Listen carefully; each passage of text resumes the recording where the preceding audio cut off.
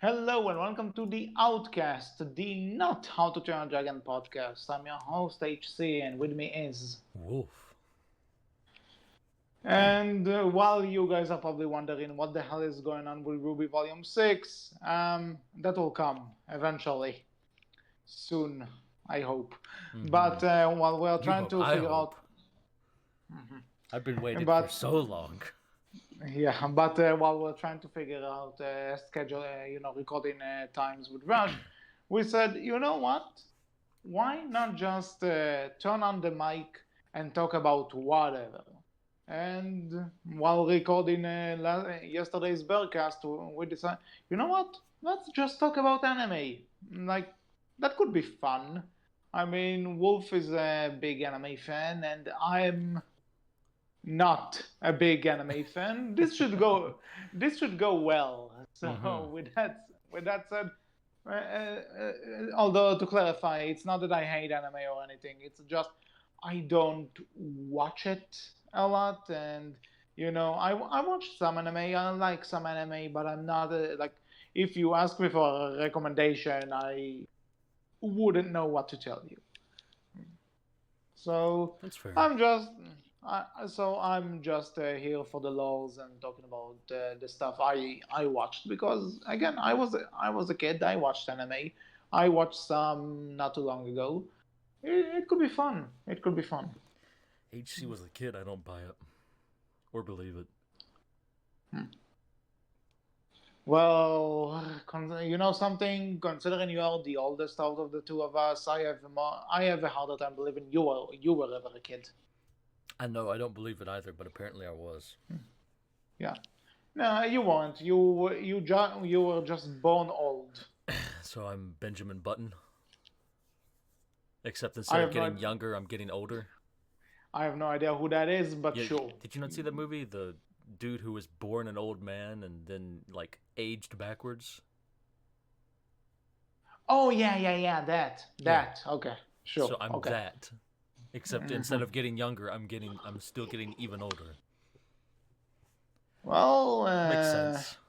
yeah, makes sense. But anyway, let's talk about anime. And you know what? Can I get one anime out of the way that you are going to be mad at me for mentioning? So I might as well just talk about it now, and I may not we be can mad go. at you, but I'm sure there are like, gatekeeping other gatekeeping weebs who might get mad at you. I don't gatekeep. No, no, no. You're going to get mad at me because this is one anime that I base kind of mention its franchise a lot. Oh dear. If you know me, you probably know what this is. Go for it. Okay, so for the sake of getting stuff out of the way, let's talk about Sonic X for a second. Yes, you see, he said he's not going to be mad at me. He's mad at me. Who's right now? Okay, so this is one I've not seen all that much of, if at all, hardly. I think I might have seen an episode. That's it. So I have like no basis on this one. Well, all I have to say about this is that I'm a big Sonic the Hedgehog fan, and this kind of came at the time I was starting to get back into Sonic. I had a bit of a break with it, and that anime kind of came at the same time I came back into the games and the franchise.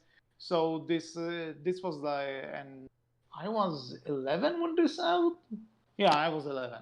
So I was at the right age for that as well. So I recall enjoying it, for what it is. It's not, it's, At the time, I won't say this is the best Sonic the Hedgehog show. I can name two that are better, but it's fine.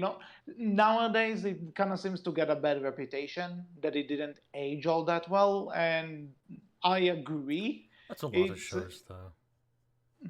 like but there's something about this that I can still, like, if I can watch an episode and still have fun with it, but at the same time I'm aware it's not the it's some people will call it the best Sonic show. I wouldn't go that far. Like I said, I can name two shows that are better than this, and out of the 5. But at the same time, people are saying this is the worst one. No, you can't tell me this is worse than Sonic Underground. Nothing is worse than this, not by a long shot.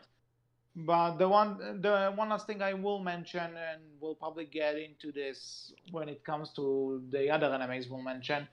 People will tell you that the English version is terrible, while the Japanese version is amazing. I don't see that much of a difference. Don't get me wrong, the English version has aside from Mike Pollock, has terrible voice acting and some questionable edits, very questionable edits. But at the same time, it's not a different show than the Japanese version. But like, if you have to watch one version for whatever reason, then watch the Japanese one, because I think it's better written. I think it's funnier. But at the end of the day, it's not a completely different show in English. So it's fine. That's all it is. It's fine. Fair enough. I've seen better Sonic shows. I've seen worse Sonic shows. It's out there. Fair enough. So now that I got that my obvious one out of the way, what do you have to say? I guess you know what? Looking at what is the first anime?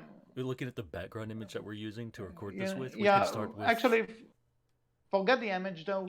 What is the first anime you recall watching? The first? Oh, the first one I think would be.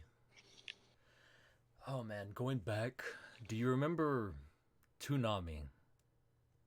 I know what it is. We didn't have Toonami. You didn't have Toonami. You missed out. You missed out. Oh, That was like the thing back in the 90s, especially when you were a young yeah, kid. I know. The thing is, like, we didn't have like the Toonami block, but we did have the shows. Do you remember? I don't know. Maybe you didn't have it. Did you have anything to do with 4Kids? Like the 4Kids stuff, there was Fox Kids.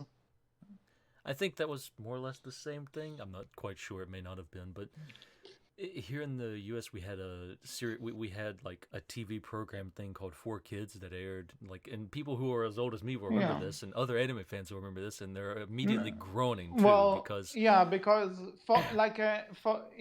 of connecting 4Kids is the company that dubbed Sonic X into English, and they did a lot of dubs really bad. Yeah, that. Like I said, the only thing that I can actually say the only good thing that came for the Sonic franchise out of that is Mike Pollock as the voice of Dr. Eggman. And 4Kids that's it. Almost killed anime being ported over to the West in a lot of places, right? Because they were just I know. Yeah, but again, I only have experience with one anime, but I've heard like horror stories about other stuff they've done. I think the first anime I ever watched was the 4Kids dub of Dragon Ball Z. I think that was probably one of the only like decent ones. I think everyone will say like, yeah, that one was okay. Wait, 4Kids did dub Dragon Ball Z? Didn't they? I thought they did. No, because I know there's Funimation and I know there's an Ocean dub, but I'm not sure. I don't think 4Kids ever touched it. Shows how knowledgeable I am already. I'm looking it up real quick. I am curious. Did they? I swore they did.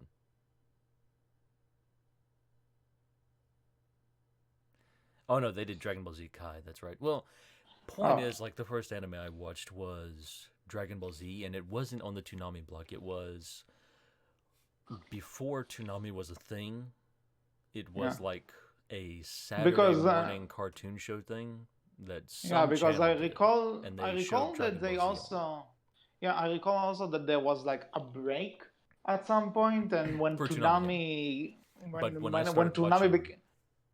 Toonami became because from what a friend told me, we'll probably get into views on Dragon Ball Z soon, but from what I've heard, there was like a time where they'll just stop the show at a certain point, and then when Toonami became a thing, they started started airing it again from where they last stopped. Yeah. That's what I Yep. heard.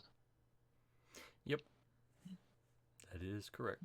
So, but yeah, it was a Saturday morning cartoon block thing, and the first anime I ever watched, if I'm not mistaken, was Dragon Ball Z, and I think that was the case for many people my age, older and younger. Like one of the first animes they've ever watched is Dragon Ball Z. I think that's just it's that And prolific. mhm. And now for HC is going to annoy people. I don't like Dragon Ball Z. I I think am that's not. fair to some degree. Have you seen the abridged version of it? No, I know. Like I've seen a few episodes because of friends. I know it's funny, but I know it's funny. I know it's a parody, but like I didn't follow it. I've I think seen one the or two abridged episodes. version kind of has a lot more fun with it, and it flows better because again, like the actual anime, like many times I think every person who watched Dragon Ball Z would agree. Like there were, especially if they watched it back when it was airing on Toonami, which I did as well. Like when it was Mhm. airing back then, I think a lot of people would have said like, "God, did it suck to wait like an entire day or sometimes week for a new episode." Exactly. But I mean, now you don't have But that forget problem though. but wait. But forget waiting for an episode. It's waiting for something to happen in that episode because This is true. if if we're going to talk about Dragon Ball, the reason I couldn't get, and this is something I do want to clarify, we didn't have the original Dragon Ball here. The first Dragon Ball thing we ever had was Z. Mm. So, like, there's this new show coming out. There's a hype for it, and all of my friends are in love with it. This is elementary school. This started when I was 10, I think. Yeah, Mm-hmm. and I was we were I was around 10. They were around 10. So, like, this thing starts, and everyone is like in love with it because all the violence and the heroes and the powers and stuff, and it's like, yeah, cool, but and when are we getting into it? Because it's like one episode we talk about how we're gonna fight, and then the next episode we talk about how we're going to fight, and the third episode we talk about how much we're gonna fight, and then maybe by the end of the fourth one they'll actually start fighting. No, no. First episode, there's the back and forth. Like, hey, we're bantering. We're being villain and hero and going back and forth with our banter. The second episode, it's we fought a little bit. Third episode, it's nothing but powering up because we realized, oh, you're stronger than me. Well, I need to power up. Oh, well, now I'm stronger Oh, than for you, the so love of I God, need I to hate power that. up. And I then the fourth hated that. episode, everyone's all powered up to their maximum, so now we fight. And then at times there was the fourth episode where one guy's powered up to his maximum, the other guy's thinks he's at his maximum, he loses, and then he comes back like, wait, but I'm stronger now that I've lost, so now we fight for real. No. The thing I don't remember, it was a few years ago, and I was in a forum of some kind, and there was a guy who pretty much summed it up like, in 5 minutes, Planet Namek would explode. Yeah. 5 episodes later, it's been 5 minutes, but I lied. Now it would really blow up in 5 minutes. It's like, God, for the love of God, blow up. You have no idea though. Like that's Dragon Ball Z. There's like One Piece, all right, and one we'll get to in a bit. Like takes that to the nth degree. I feel like there's an arc in One Piece where it's like you have less than 10 minutes or like less than a minute to beat this guy, and it's like been a minute for 4 episodes now. Oh, dang. Like most people, I think would know what I'm talking about immediately if they've seen One Piece. But the fight Luffy has with Doflamingo, he has like 1 minute to beat him. Otherwise, the entire island that they're on will be destroyed and they'll all die except for Doflamingo. But yet it's like 5 episodes later, still about a minute remaining. Like, but that's shonen anime though. Like Dragon Ball Z, One Piece, they're both shonen anime. They're shonen anime to their core, and they're kind of bad at doing that. At being like, hey, we're on a time limit. We're on a massive time crunch. We have to get this done now. Now being 5 episodes later now. But yeah, they're really bad at this. The thing with Dragon Ball, if you're on the subject, and it's one of the most popular animes, is that I remember, and again, back when it aired, like, and keep in mind we had episodes on like a daily basis, like so every day after school from Sunday until I think Friday, maybe Thursday, I'm not sure. We would have new episodes, and like I would just remember like I was either at a friend's house or a friend was at my house, and we would they would drag me to watch it, and I tried getting into it. I really freaking tried, but it comes to the point where there's this Frieza, that's his name. I can't believe I forgot that. There's Frieza, or as we used to call him, Paris. Wonderful job there, translators. So actually, you know, Paris. I like that name. Yeah. Actually, you know how we call Vegeta? Oh, good lord. Sure. Makita. That just ruins the vegetable naming thing, right? So yeah, and don't get me started about the voices. You can't ruin the vegetable naming tradition. Okay, you know what? One more thing about Vegeta. His voice here also voices Pumbaa in The Lion King. I could believe it. Vegeta's a real chill dude. Sure.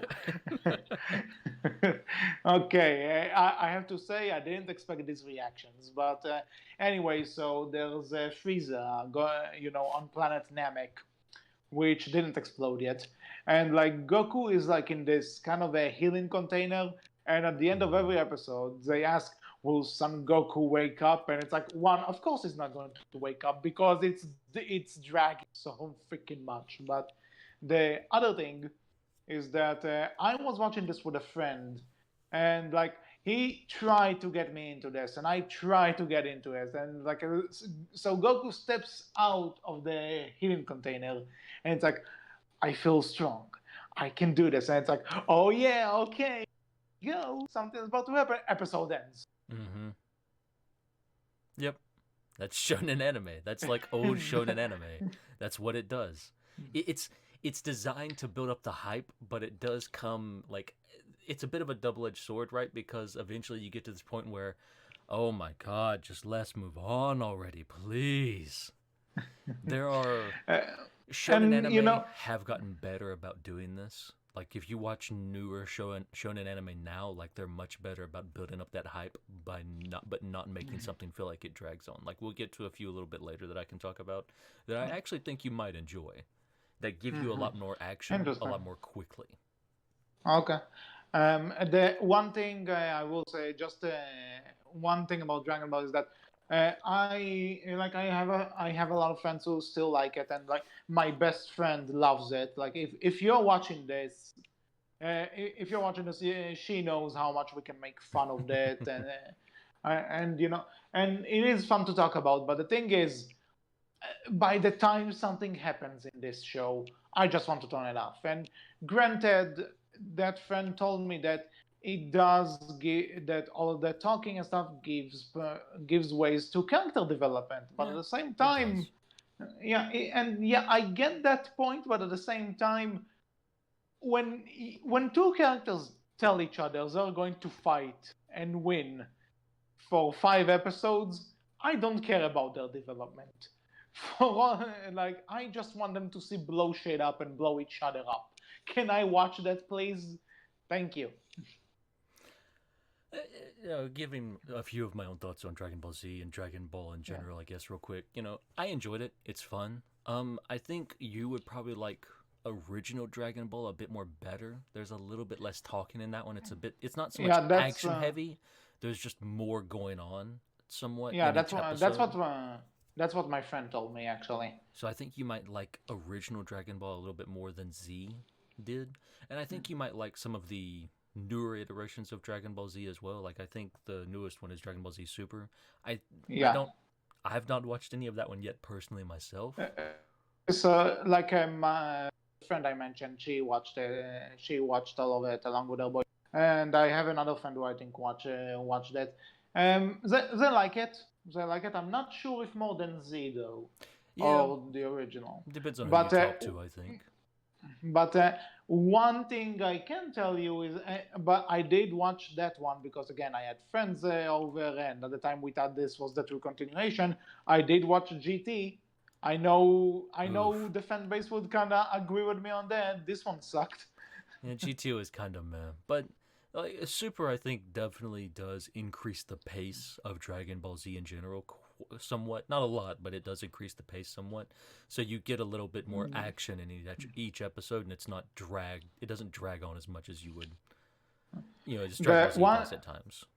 yeah, the one thing I'll say about GT though, and I know it's not canon, I know it doesn't count anymore, but still I watched it, so might as well say it. Is that me and my friend actually watched an episode of it not too long ago, Mm. dubbed also, and I have to say it gave us some great riffing material. So if I can credit that show for something, it it's great to laugh at.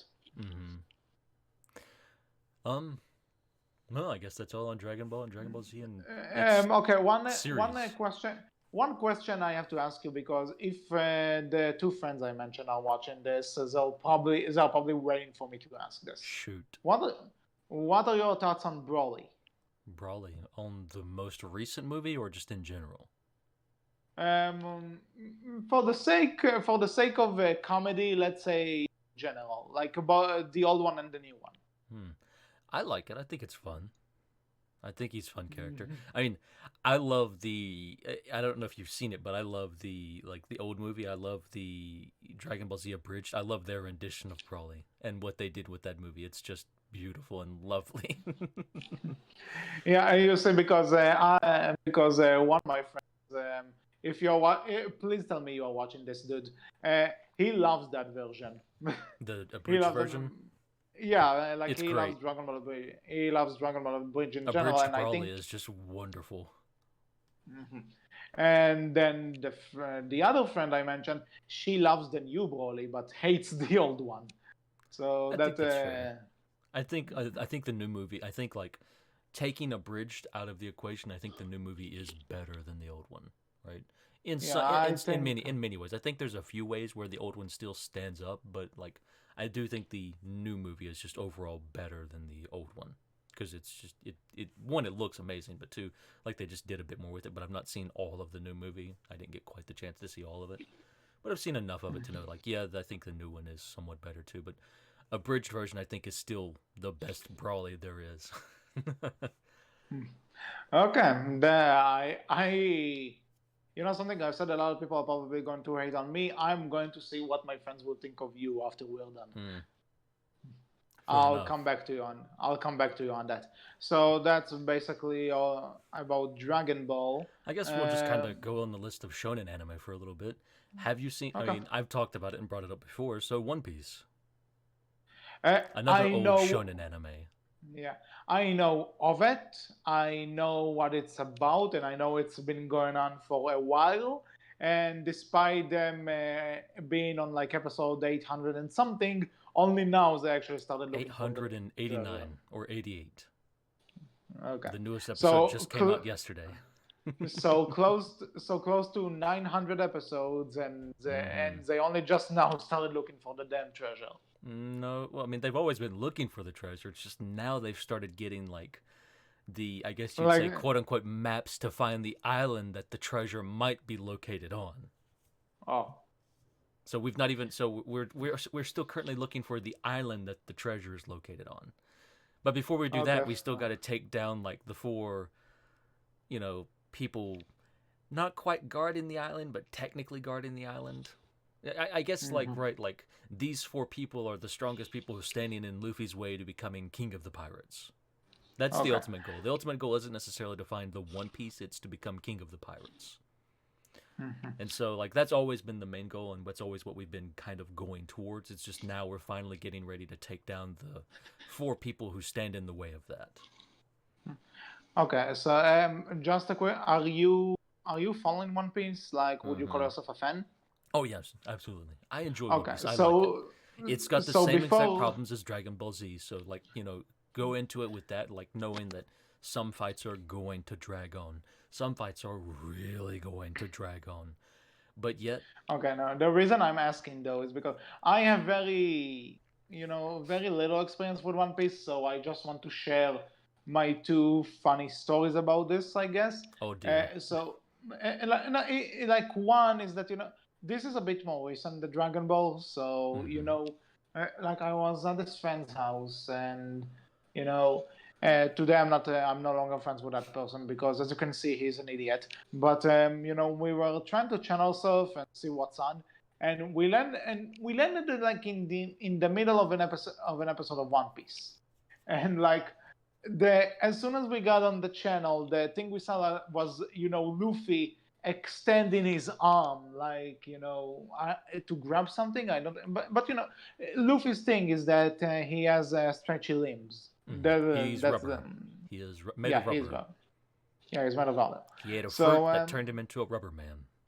yeah, we'll get to this soon. Hold on, but the thing is, so it just only took for him to say nope.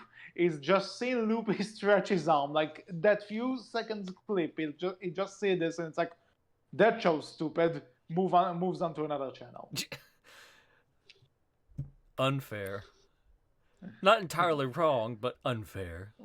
This is the type of guy that like you'll tell him about how to turn a dragon, and it's like, why are there dragons in there?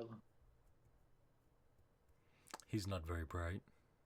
No, he's not. I'm being rude to your friends. I'm sorry, but he's not very bright. He's Anyways. not my friend anymore. I hate him. Fuck him. Let's not be rude, HC. In case you're watching this, you don't because you don't know English as You much don't as know, you claim though. that He you do. could be.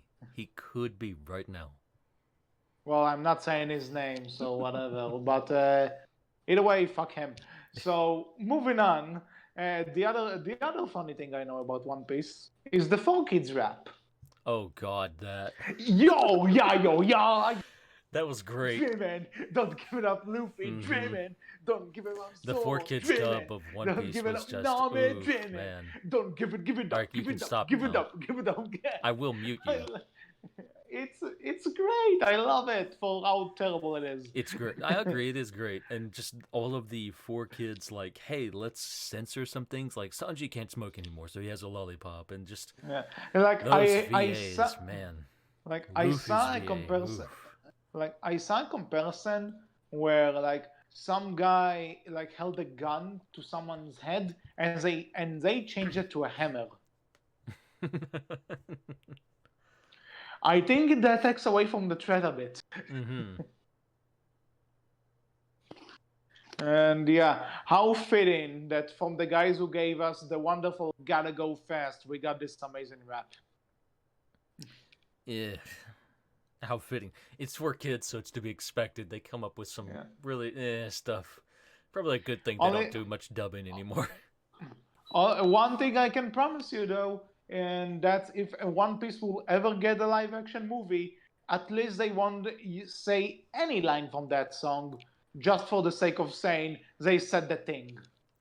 looking at you movie that's coming out next year because they realize the design is not the design, but whatever. Back to Sonic. I guess back to anime, actual anime. That's good anime. Oh yeah, Quote unquote so so in your opinion, even though you're a fan of One Piece, it's not good anime. Okay. It again, I like One Piece, but like it's definitely there are better anime out there. I would gladly admit that. I think many people would. There are much better anime out there than One Piece because One Piece does drag. But I still enjoy it. I still come back to it, and I still love it, right? Because again, it gives me that little bit of action that I enjoy, as well as just some enjoyable and fun character stuff as well. It's just fun to watch.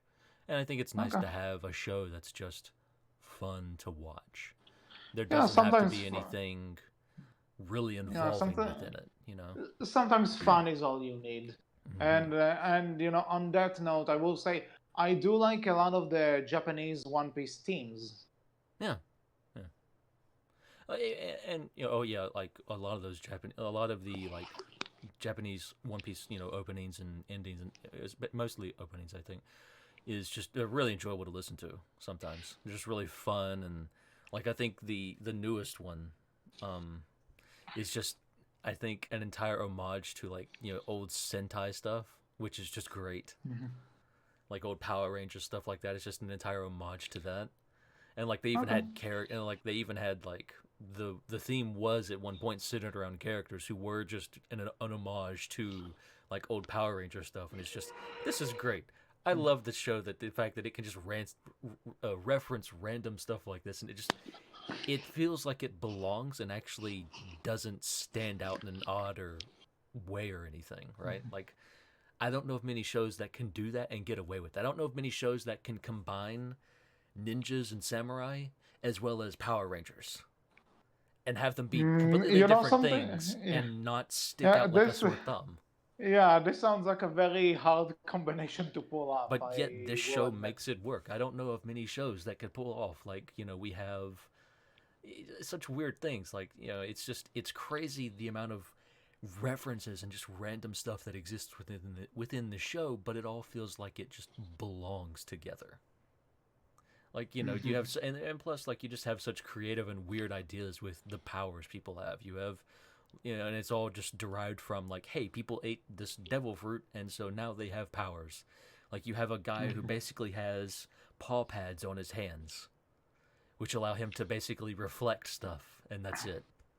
It's like, what kind of power is Sure. that? But yet he's, like, an extremely powerful dude because of the paw pads on his hands. Like, he's exceptionally strong. And all he has is paw Cool. pads on his hand, and that's it.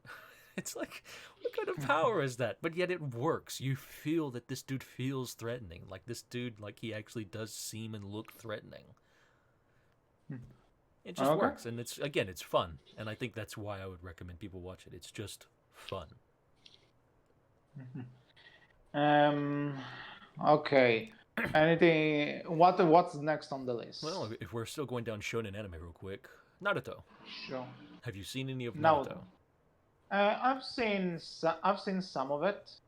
Like, I've seen an episode here and there. I know what it's about, but I didn't follow it all So- that much. Naruto is one I think you also might like more than Dragon Ball Z. Like, it still has a bit of the shonen problem of it does tend to drag a bit, but those dragging moments aren't like, hey, are we going to fight? Are we going to fight? There is a lot of talking, but it's very much centered on character stuff. Some of that character stuff does repeat itself somewhat. Like, you'll hear a lot of the same, like, okay, we've been through this with this character, let's move on already.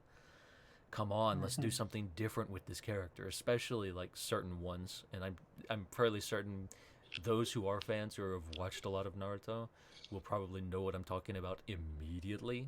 Like, we've done this with this character, why are we doing it again? Let's see something new. Like, you'll have that be a problem that crops up quite a bit. But otherwise, like, animation wise, you cannot find a more beautiful show to watch in motion. Especially animation for fight scene stuff. Like, it is just beautiful to see. Like, absolutely amazing to Like, watch in motion. again, I didn't really follow Naruto, but I caught an episode here and there. Maybe it was before a show or another show I want to watch or something. But from what I've seen, I liked it. It's fine. I would I definitely. just don't. It has like 800 episodes and a sequel Well- show to boot. Well, no, so like the it's, Naruto, the first, like, it was 800 episodes. Those are all of Naruto. Like, Naruto itself has like 200, 300 episodes. Then you get into Naruto Shippuden, which has like 200 episodes, some odd somewhere in there, like maybe 300 as well. Like, again, it is a lot when you start numbering it off. But like, I would, if you don't really care about being a little bit in the dark, I would say go with Shippuden more so than anything. Because again, the animation and fight scene stuff in Shippuden is just amazing to watch, in my opinion. Like, it's absolutely so no, gorgeous it's in one motion. of those.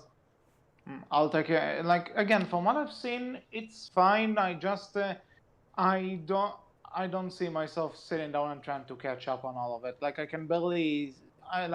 barely find the time to catch up on like way shorter shows. So That's fair. Again, like, it's hard to like get into good anime that are like, I can recommend you anime like that, but again, they're very long. They are time commitments. You're going to be spending a lot of time with them. But I think I can think of a few that I can recommend that are a lot smaller as of now that you could get into and enjoy fairly quickly. Okay, so that's Naruto. Next on the What list, else? Bleach. Have you seen it? I know of it and never saw it. It's fun.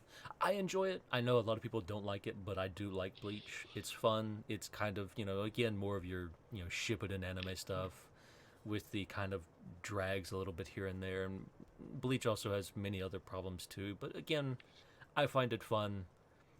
That's all I can say about it. It's been a little while since I've watched Bleach. If we can go a bit out of order, because well, let me jump into one I know you've not seen that I'll recommend real quick, and it's I think the last Shippuden anime on here that I can recommend. Okay. I don't know exactly.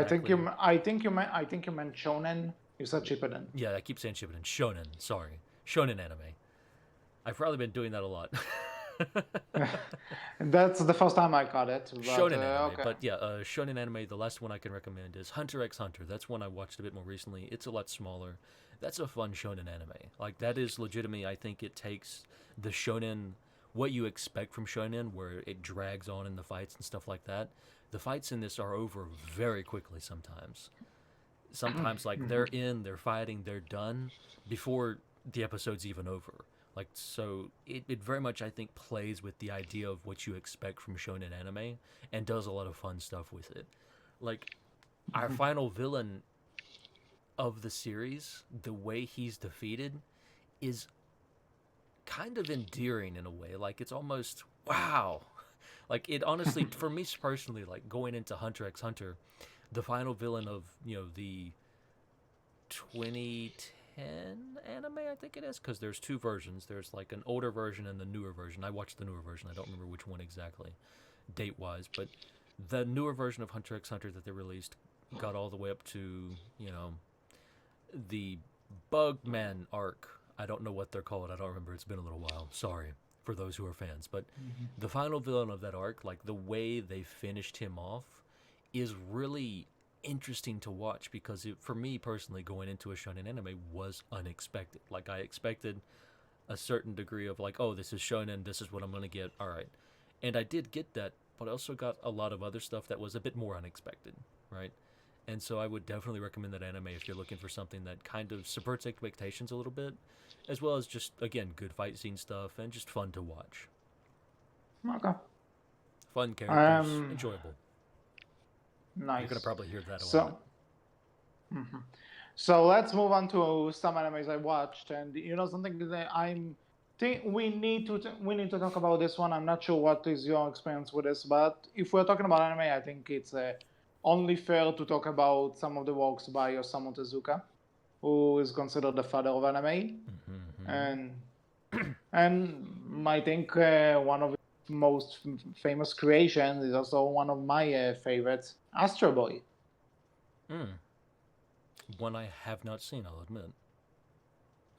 Have you not seen any of the three versions that Nope, I have not touched Astro Boy. Need to, but haven't. So this one's on you. Well,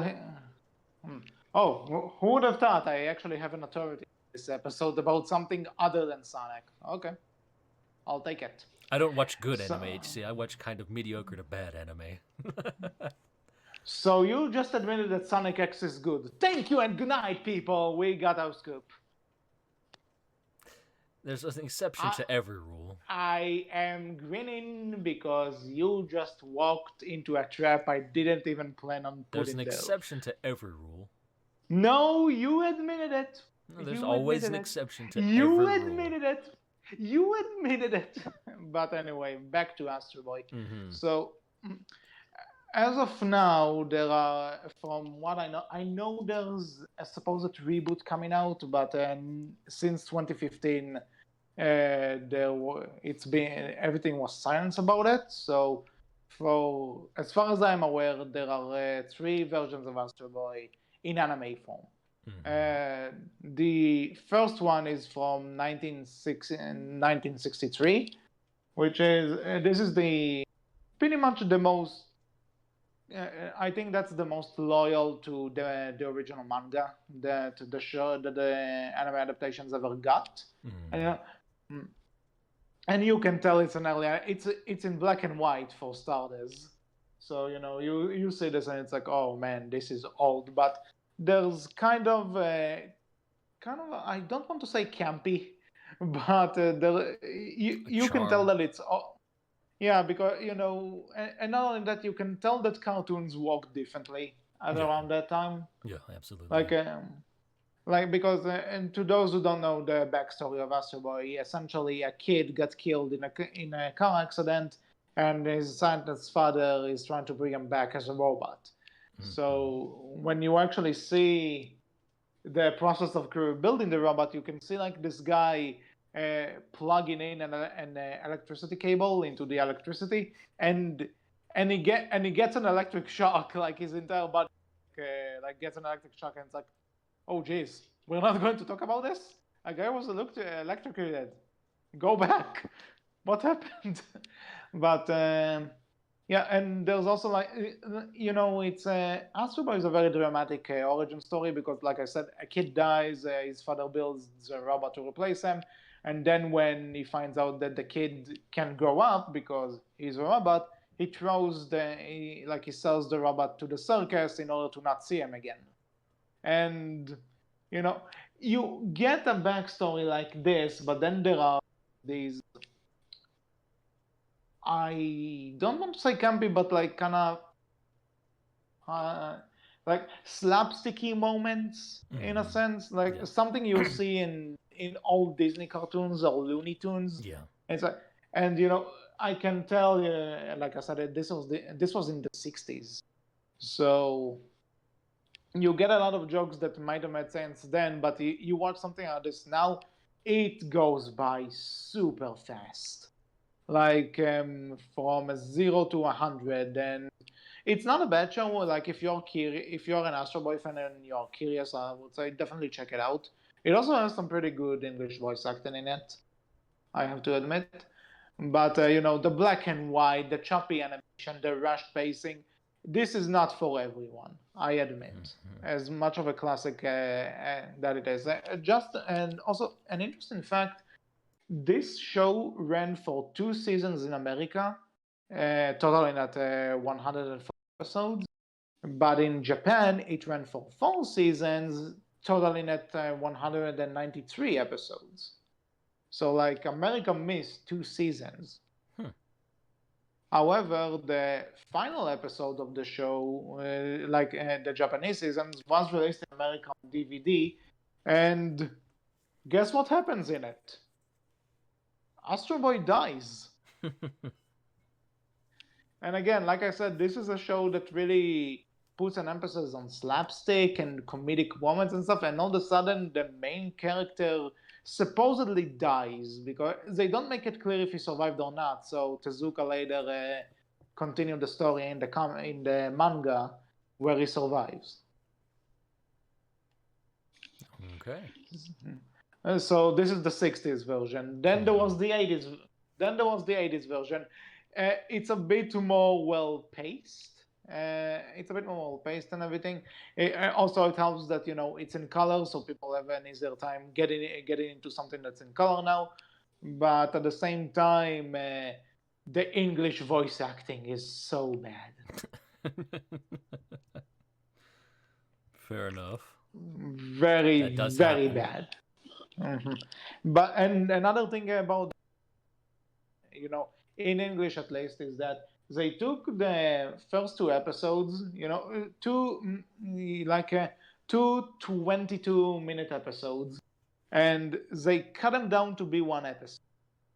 And by doing so, they removed an entire subplot about a character called Atlas, which is basically Astro Boy's one of his greatest enemies. And the reason I'm mentioning that they cut it is suddenly in the 4th episode, that character comes back with no recollection of what we were supposed to see in the first 2 episodes. Like they cut him off from the American versions, and then in another episode it just shows up and it's like, hey, remember me? I was a thing. Fair enough. All right. Not the greatest of And decisions. yeah. Apparently, what they were supposed to do is like have a big 45-minute long pilot episode, but for some reason that never came to be. I don't know. America's weird with this stuff, but This is true. and moving on to the final episode, one from 2003. This is the one that I like the most. And the reason for this is because I think it does flesh out the character the best out of all the versions. Like I said, the Astro Boy's origin story is that a kid died and a scientist tried to bring his son back to life as a robot. But the thing is that after the father disowns the robot, this is never brought up again. Like, it's an origin story for the sake of being an origin story. But in the 2003 shows, they actually delve into it and into Astro Boy's kind of conflict of being someone he doesn't remember being, and what does it mean for his relationship with the people who found him and the guy who created him, who is the main villain, by the way. Astro Boy's creator is the main villain of that show. So I just enjoyed the 2003 version the most, mostly because I think it developed it took the source material and did a lot with it, a lot with it that I like. And it's also like, it's probably the one, if you watch nowadays, this is the one version that will make you cringe the least. But you can blame stuff that was done years ago. Actually, I can forgive the cringe in the 60s show, but the 80s show, I can forget that cringe. No, that cringe is terrible. Fair enough. But yeah, that's my history. That's my history with Astro Boy. I like it. I like the versions I saw. I would recommend it if you're an anime fan, obviously, because this is kind of the Mickey Mouse of Japan in a sense. So at one point you kind of need to watch something regarding it. And something, I know this is about anime, but you can also watch the American animated movie they made. It's actually a pretty good movie. Okay. Fair enough. So I kind of took over. Just a little bit, but that's fine. Again, you know more about Astro Boy than I do. I have not seen any of it as of yet. I need to, but haven't watched any of it. So yeah, this is why I also try to keep it like the most spoiler-free I can. Although when I told you that he dies in the end of one of the shows, but whatever, it's from 63. Who cares? Moving on. Moving on to the rest of our fight anime, or action-oriented, somewhat more action-oriented anime, Rurouni Kenshin. Have you heard of that one? What's it called again? What Rurouni Kenshin? No. All right, so this is basically an anime where it follows a samurai who used to fight in a war. The war is over, so now we're in peace, and this samurai is trying to become peaceful. He was apparently one of the best samurai there was around during this war. Of course. So now he walks around and he doesn't use he uses the back of his blade in order to fight, so he can't kill anymore because he doesn't want to kill anyone anymore.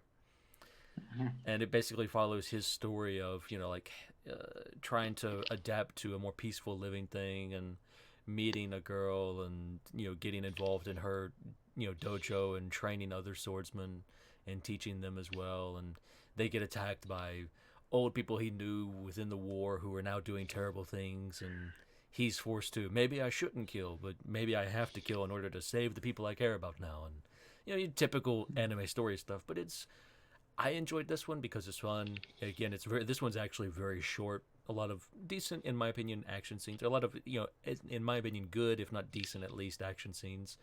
And, nothing that drags on too much. Like, it's fairly quick and done with, and it's only like a season or two at most. It's like 30, maybe 40 episodes, I think. Not many at all.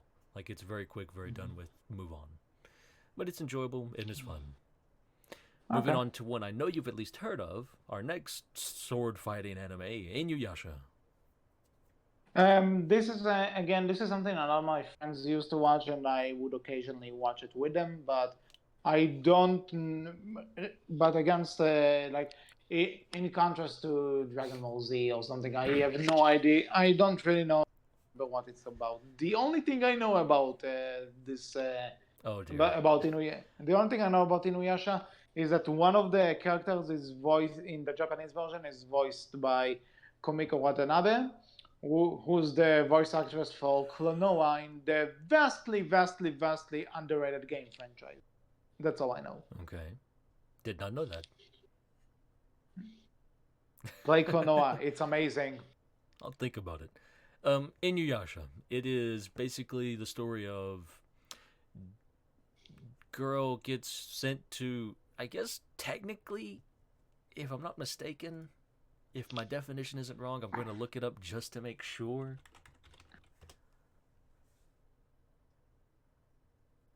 Yeah, I guess technically Inuyasha is maybe not the first, but one of the first isekai animes.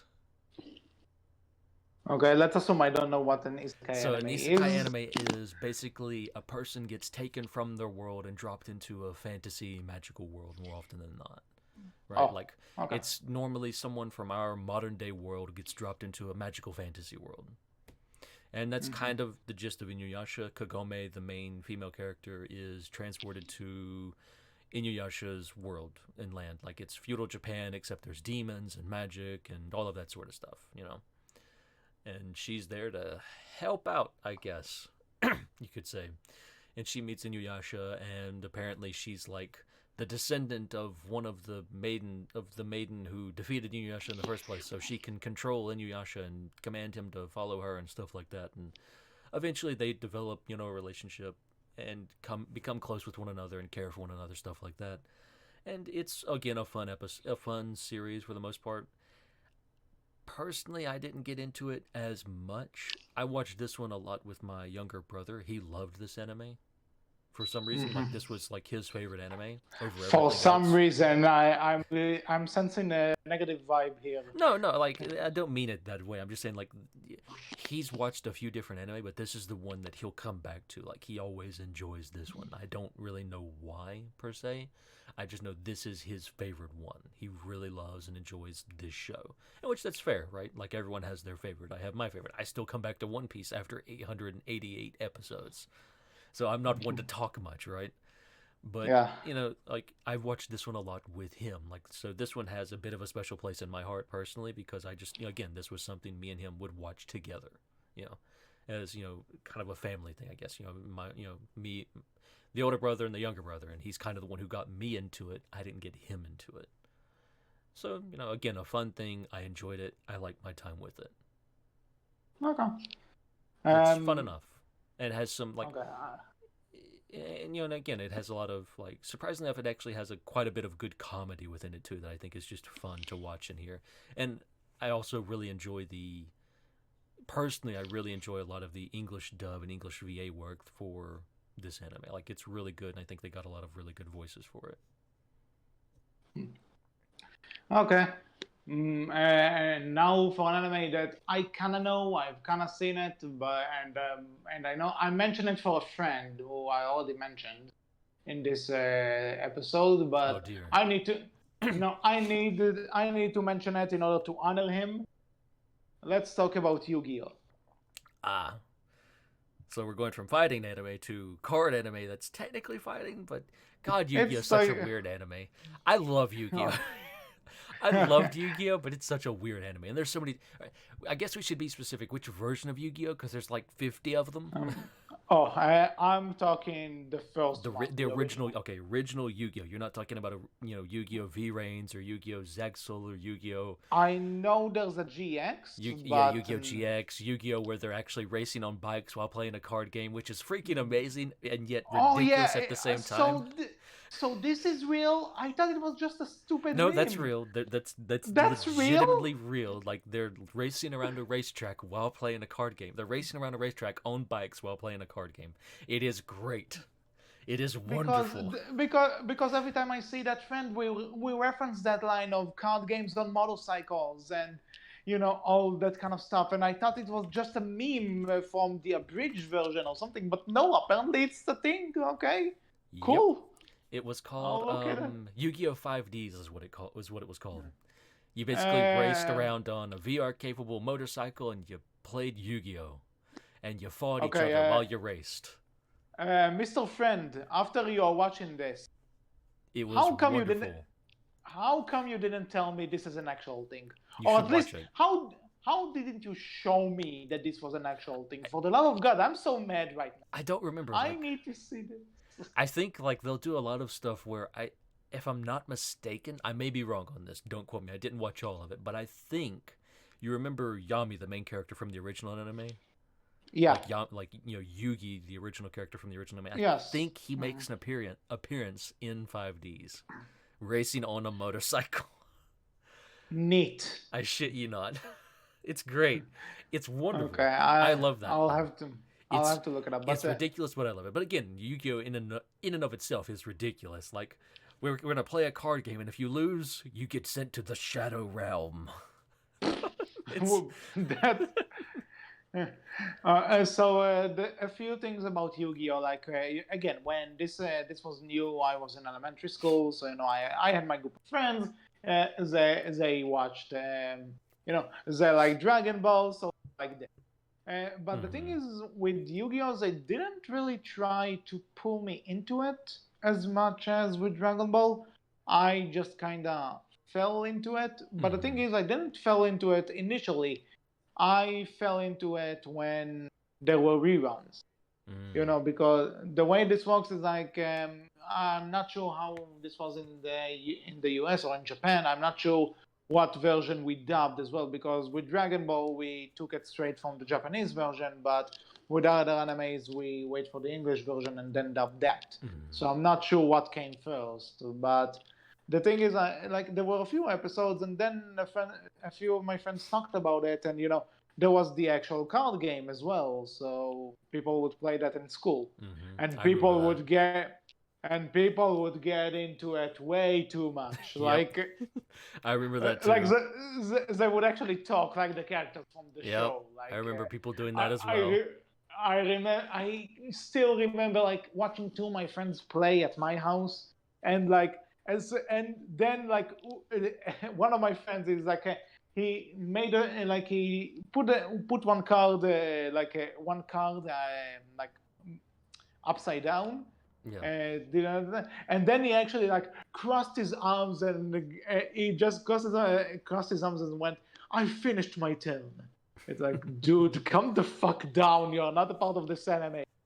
It's great though. Like, that was just so much great. It's like, God, we were stupid as kids, but I do remember seeing people do that and everything, and it was just great. And I still have some of those old cards too, by the way. Speak for yourself. I never ran with my arms behind my back because Sonic did it. What gave you that idea? Shut up. Anyway, back to Yu-Gi-Oh! Though. And so, like I said, I came into it through reruns. So I would watch it, and my friends kind of knew what was going to happen because they watched the show, at least the episode that were on at the time. So I'm watching this, and in the first episode, they kind of bring up the fact that there's this, what's it called, Exodia, I think, that there are 5 cards. 5 cards that make one big if you player. get all 5 cards together, it was basically you win the game, because it's almost impossible to do so. Like, back in the original Yu-Gi-Oh, they even had those cards, like they actually had, you could get those cards too, and it was basically written on the cards. I think it was if you got all 5 in your hand and played all 5 at the same time, you win the game. The game's over, you win. It was kind of stupid, but it was great. So here's the thing. First episode, this happened. That's how we beat what's his name, Kaiba. Yeah. Kaiba. Yeah. Funny story about him maybe later. But so he uses it against this Kaiba guy, and he annihilates those blue-eyed Blue white Eyes. No, dragon. Blue Eyes, White Dragon, go! God, Yeah. that show. And so basically, he used it against them. And then next episode, he's on a fight with someone, and I'm like, why wouldn't he use that Exodia guy? And then that one stupid asshole who criticized One Piece just from that one frame tells me, HC, Exodia is a loser. And it's like, no! How is that a loser? Did you see the first episode? It's because, again, like, they want to show you the best card, but you can't pull out the best cards, I guess you could say, all the time, HC. Jeez.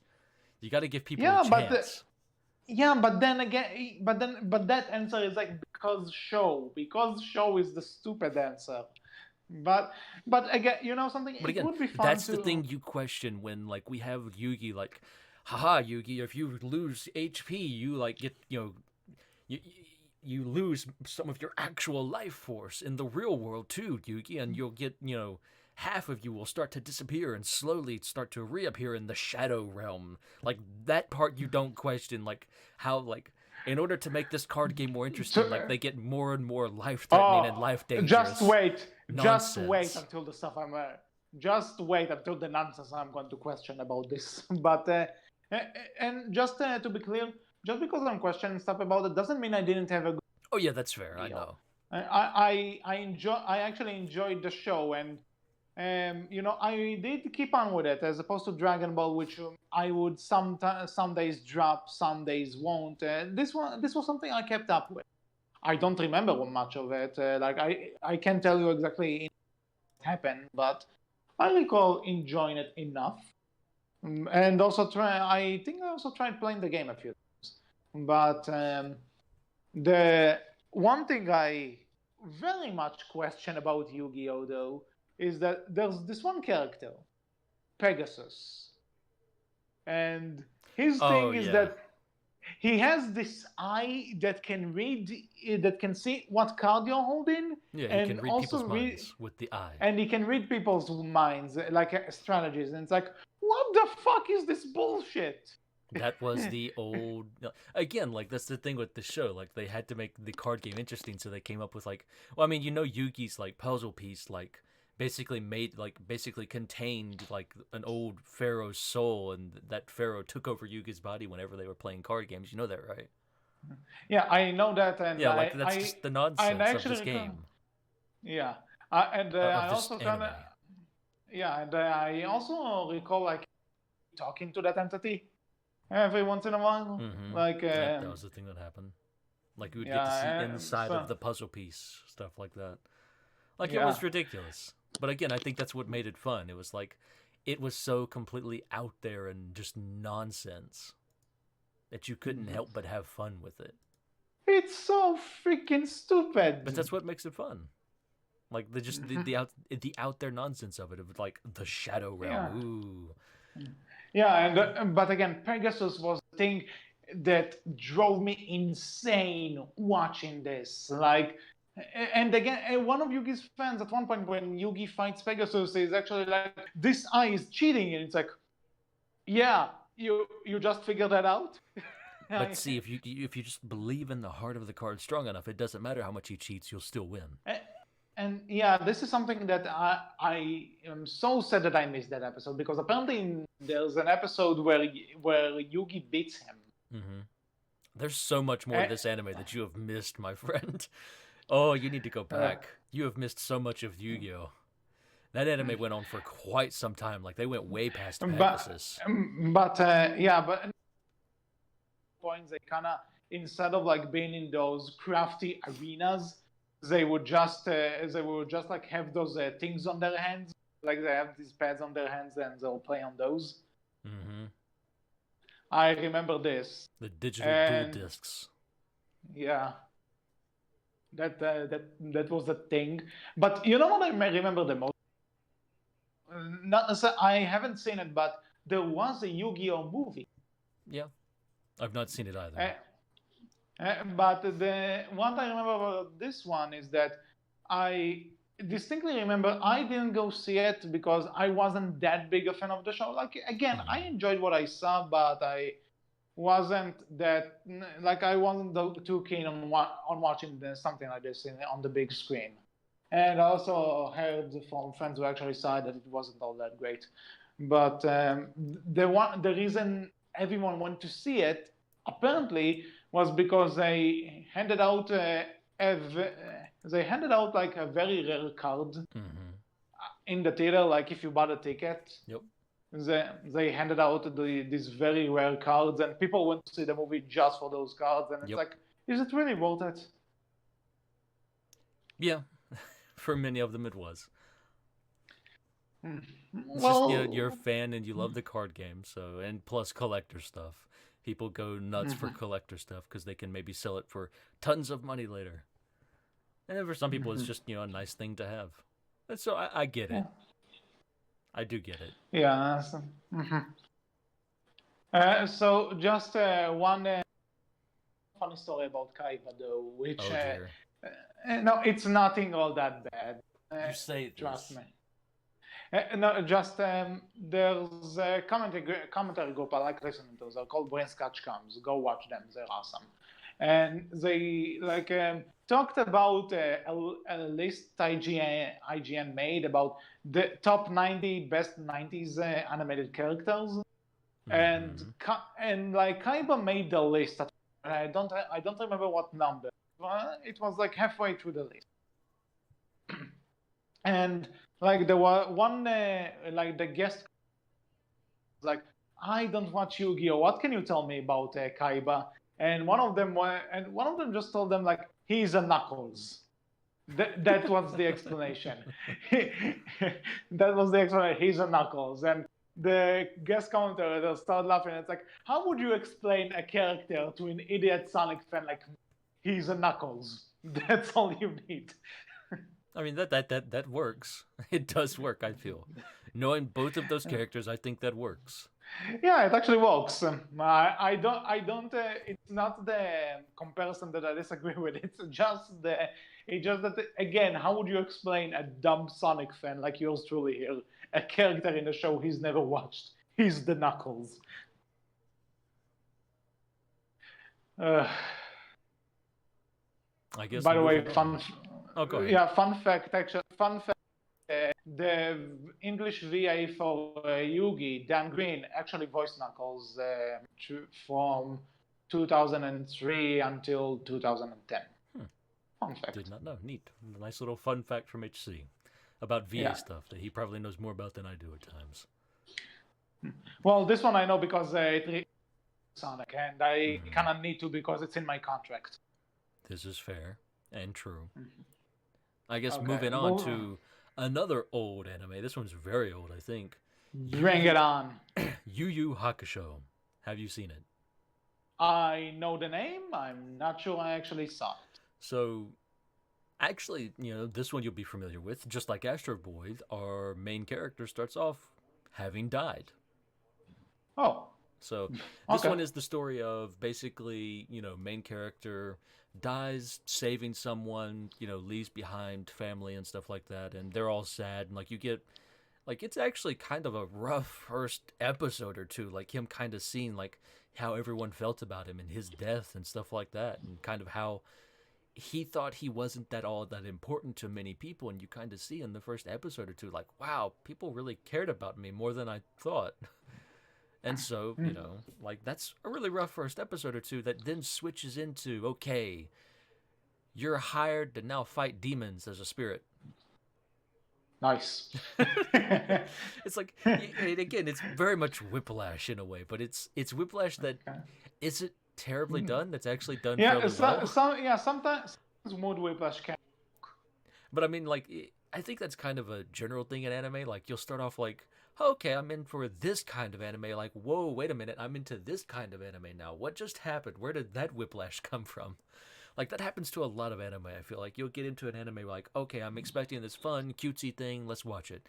Oh, it's fun, cutesy. I'm enjoying this. There's nothing wrong with it. It's all pleasant and smiles and niceness for a few episodes, and then death, destruction, depression. everyone's sad, everyone's depressed. It's like, God, please, I didn't want this. This happens too often in anime. Too often. But back to Yu Yu Hakusho, where it starts off depressed, it actually gets into more fun, more enjoyable, like, again, fight anime.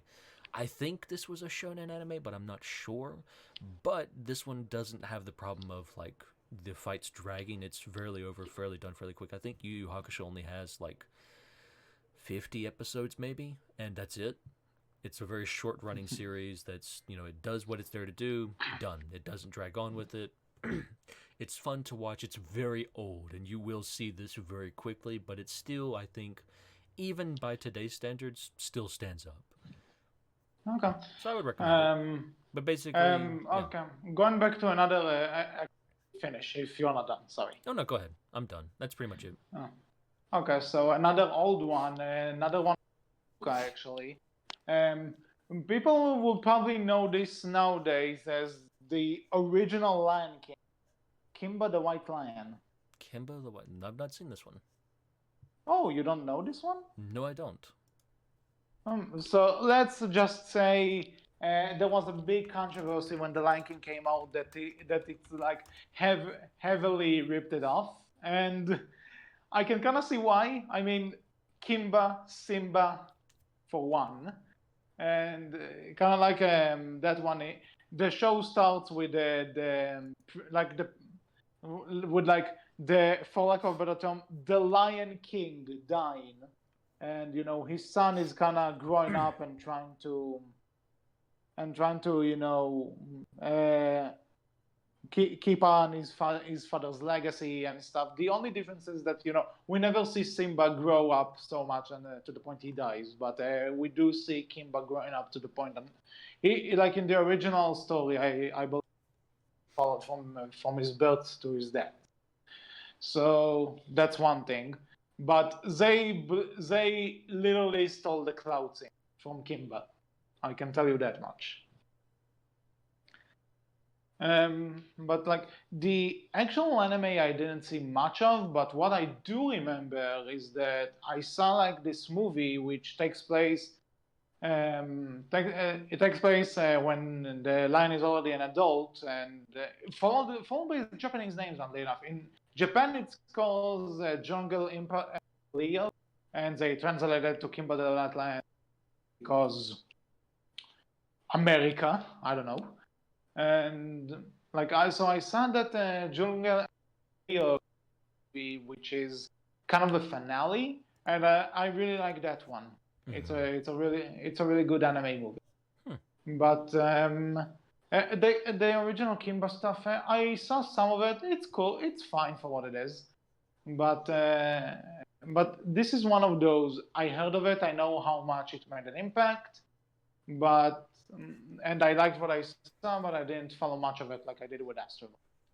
And of course, if you want more information on the Lion King stuff, to those who haven't heard of it, a quick Google search should point you in the direction you need. Mm-hmm. Well, I guess moving on then. Yeah, next up from you. Another extremely old anime. Have you seen or heard of Sailor Moon? I know Sailor Moon. I haven't watched it. I know basically what it's about, and I also know that it took them like 20 years to actually bring this over to where I live. So I think for many they took their show. All right, so sorry, go ahead. Oh no, go ahead. You're fine. I just said that they should. No, repeat that. You broke up a little. I said that the translators and dubbers sure took their time. Yeah. So for this one, I've not watched it either, so I can't say too much on it. I do know I want to go back and watch it at some point because I just never got into it. It wasn't, when I was younger, it's just not something I had the chance to get into. But I do know that this was a big show for many, many, many people. Like Dragon Ball Z got a lot of people into anime, as did like Sailor Moon was the other big anime that got people into watching anime. So, yeah, that's what I heard too. A lot of people love Sailor Moon, and you'll hear a lot of people talk really, really highly about Sailor Moon. And supposedly, like, and again, like, even for as old of an anime as it is, it still stands up even by today's standards. I've not seen it. I would like to go back and see it, so I can't say too much on it as it stands. But, I think it still deserves a mention as an anime that got a lot of people into anime. And I was hoping you might have seen some of it, so you could talk about it. But we haven't, so moving on. Next Moving anime.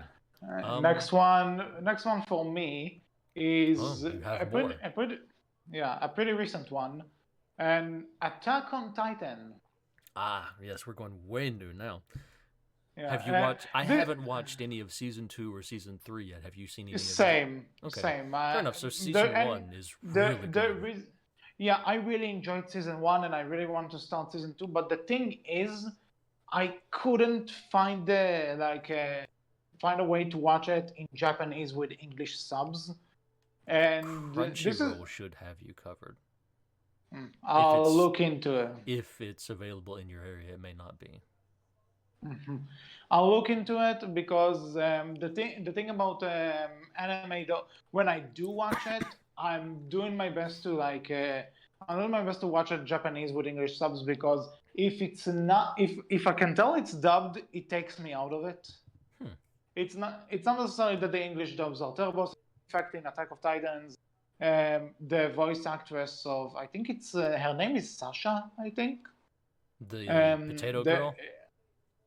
Yeah, the potato girl. I like how that's how I know her. I like how it's like Sasha. Oh, you mean Potato Girl? Yeah, Potato Girl. I know who you're talking about now.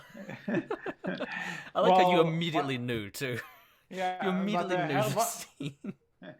Yeah, but her voice actress in English is Ashley Bloch, the voice of Chloe from Life is Strange, Eloy from Horizon Zero Dawn. She's done a lot of great stuff, and yeah, she has. So it's not necessarily against the actors or it's just if I know if it's dubbed, it takes me out of it a bit. So maybe if it's the second time I'm watching it, sure, but the first time I need to see this in its original state, because otherwise I can't. So your problem is like her voice is too similar to other characters she's done? No, it's not that. It's not I gave her as an example because I'm not saying the people who dubbed this show are terrible or something. It's not that I'm going against English dubbings of anime. It's nothing like that. It's just that if I know this is dubbed, if I know this is not the original language, it kind of takes me out of it. A little weird. Some people find it like easier to watch dubbed because, again, it's hard to watch the show and read subtitles all at the same time, which I understand, right? Which is completely fair. It is difficult to get into. But to be fair, like I've been basically watching stuff while reading subtitles anyway, because English is not my home language, but. So I'm used to it a bit more, but at the same time, I can get why. And some people like my friend who's a Dragon Ball fan, she just can't get, from what she told me, she doesn't really find the Japanese way of talking, easy on the ears. So she's watching it dubbed because. It's you're more used to hearing people speaking English than Japanese. Yeah, that's fair. Again, it's fair. Like I do get like some people just find it easier to they just want to watch the show and they've gotten into the idea of listening to the Japanese while reading the subtitles, and and they can do it easily enough. Like I'm one of those people. Like it took me a bit to get into it first, getting used to doing that. But once you get used to doing it, I feel like it's not too difficult to like kind of read subtitles and watch the action on screen all at the same time.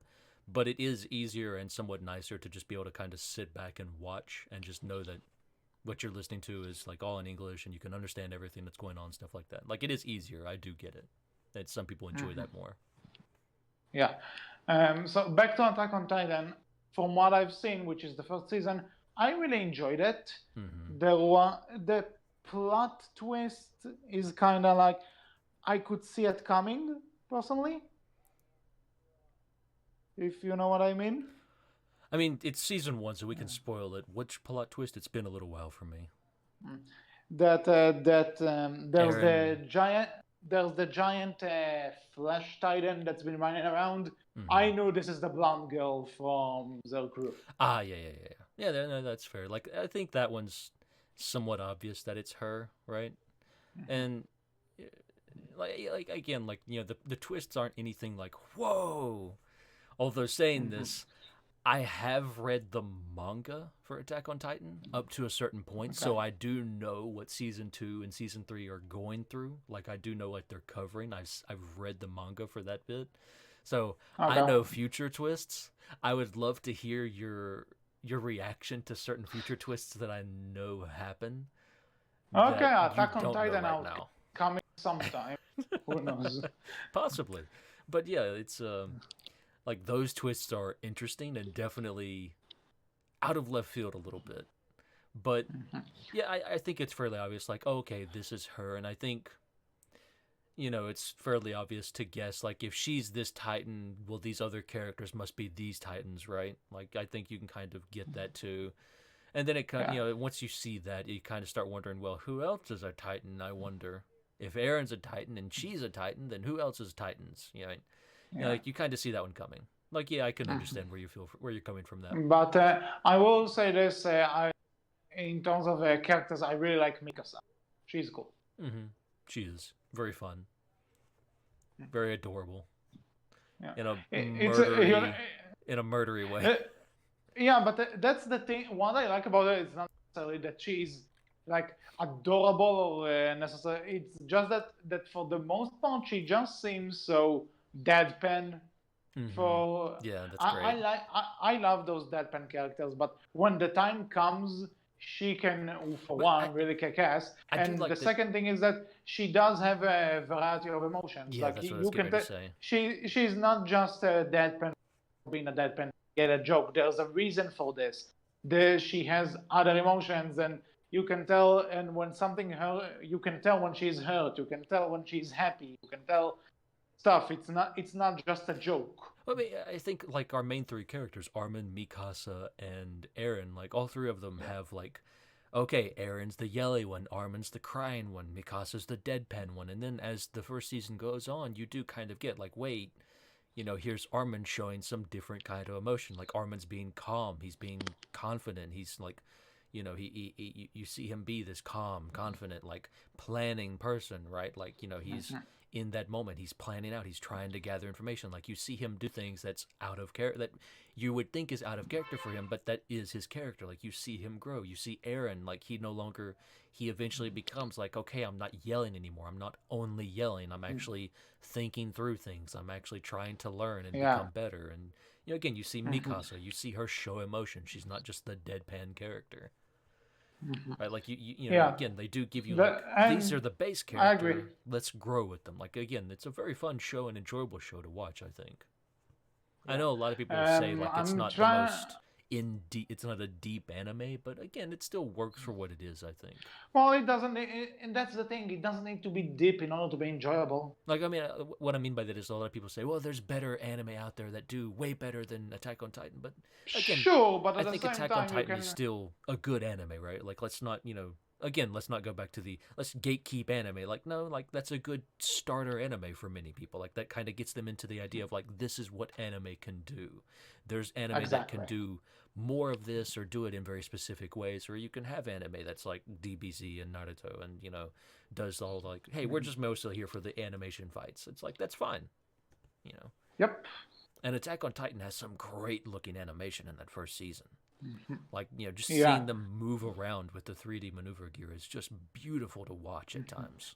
This is something that people have asked me, that like if I'm into this show because of the 3D movement gear being similar to Spider-Man's web, and it's like I didn't think about this until you brought it up. Like these two are completely different things in my. Like I get what these people who ask me this are trying to get across. Yeah. But no, there's a way. These two walk in a very different way. Oh yeah, they work in different ways, but I do like get where they're coming from in a way, I suppose. Like, oh, you like it because of that, but no, that's not the case. Like, it's just absolutely gorgeous to see in motion, and then just seeing like the designs for the Titan and how something so simplistic, they still manage to give it that very creepy vibe. Like this Titans by design, are very simplistic in their nature, yet they, again, they give off this very scary, creepy factor. Yeah. And by the way, if tangent for something for just a second. I mean, this is tangent the episode, so go ahead. The live action movies are terrible. I still need to watch those. I want to watch don't. those. No, I want to. Live action anime is just great. I still need to watch the live action Full Metal Alchemist anime too, and the live action Bleach one too. I want to see both of those as well.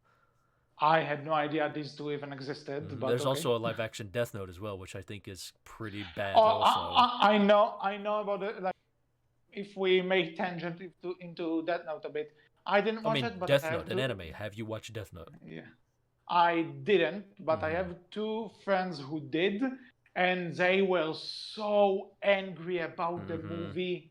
I heard a lot of people got upset about that. No, it wasn't. Like I talked to them. I'm talking about one of my high school friends and his girlfriend. Like I was at his place one day after this was I think it was a few days after it came out, and like I was at his place and it's like I saw his girlfriend being like very sad about it, and it's like, hey, what's wrong? And she's like, the Death Note movie is so terrible, and and both of them just started firing up a rant. Okay, this was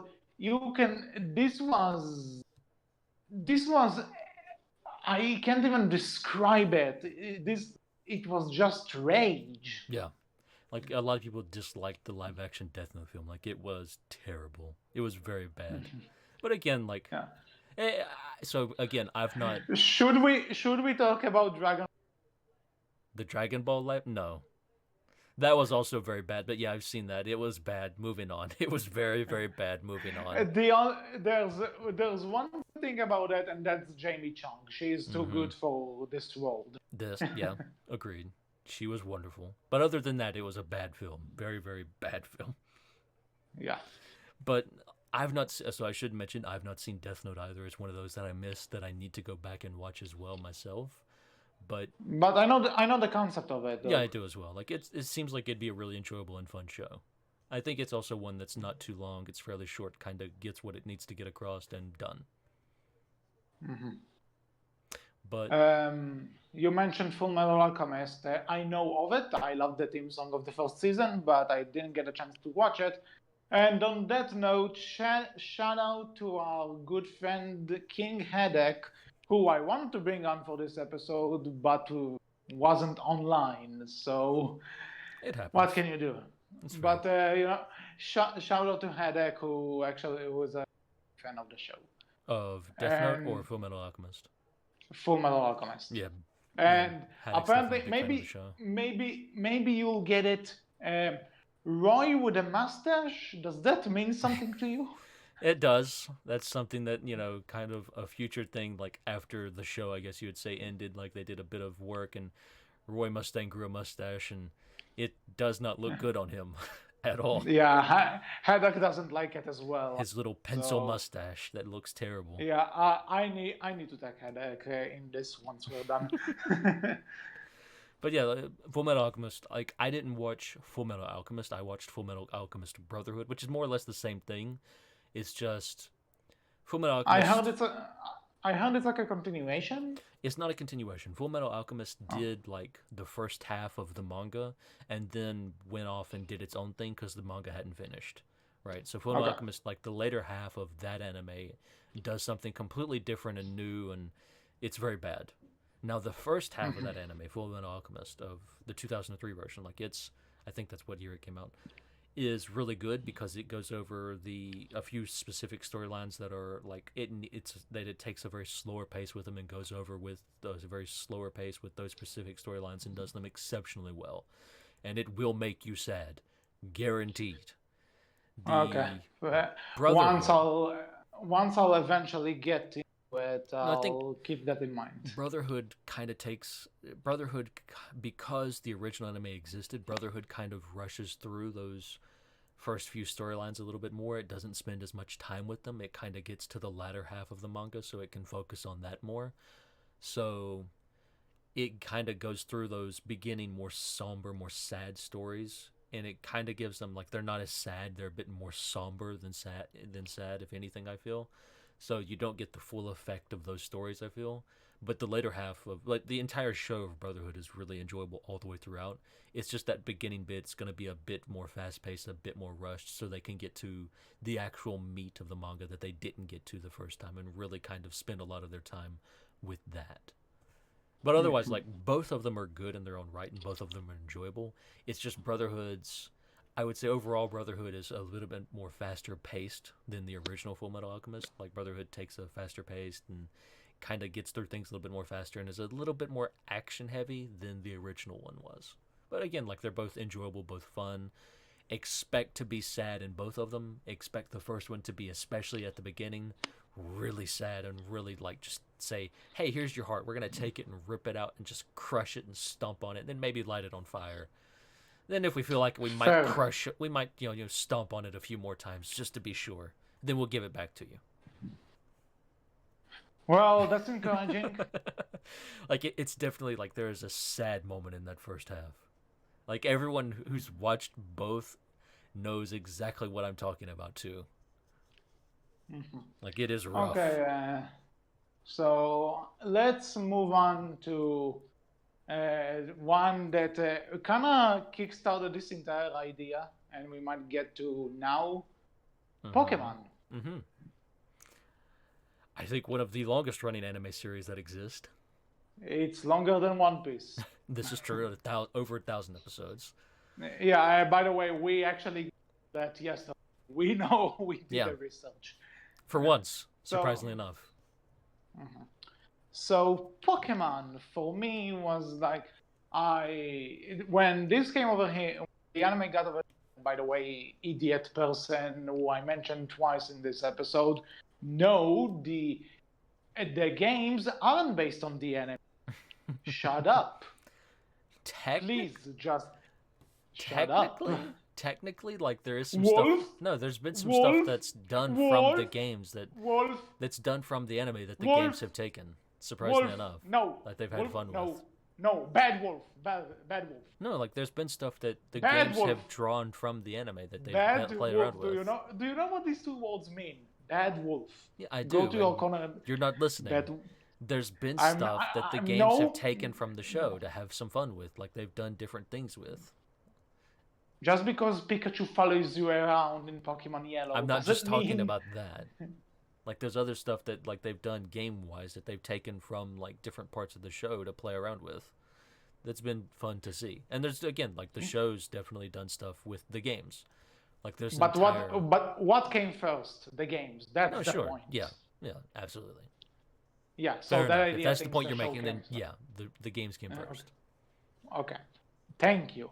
Anyway, to the anime itself. This is something I really liked when it started. I was really into. And then as the years went on, I started to kind of fall out of it. Same. I think I might have stuck around with it a little bit longer than you did just because I enjoy it. And I mean, I still play the games even now, like being honest with people. Like I still love them. They're still great. And I would love to go back and get into the show a bit more. Like I think I stopped watching around at the time when a little bit after, like a little bit before Black and White. I saw a few episodes of Black and White, but I pretty much stopped watching the show at around that time. Like that's when I fell out of the show. Still played the games, but never really got into the show after that point. I've heard a lot of good things about the season of the anime where they covered Pokemon X and Y. I've heard like that's probably the darkest Pokemon gets, right? And I've heard that's really enjoyable and really good, and I would like to go back and watch that. But otherwise, I've not been back to it. Yeah, I fell off the anime at middle of season 4, beginning of season 5, according to how they advertised. So I was that's when I started to fall off. Last of these I've seen was the third one with the Anon.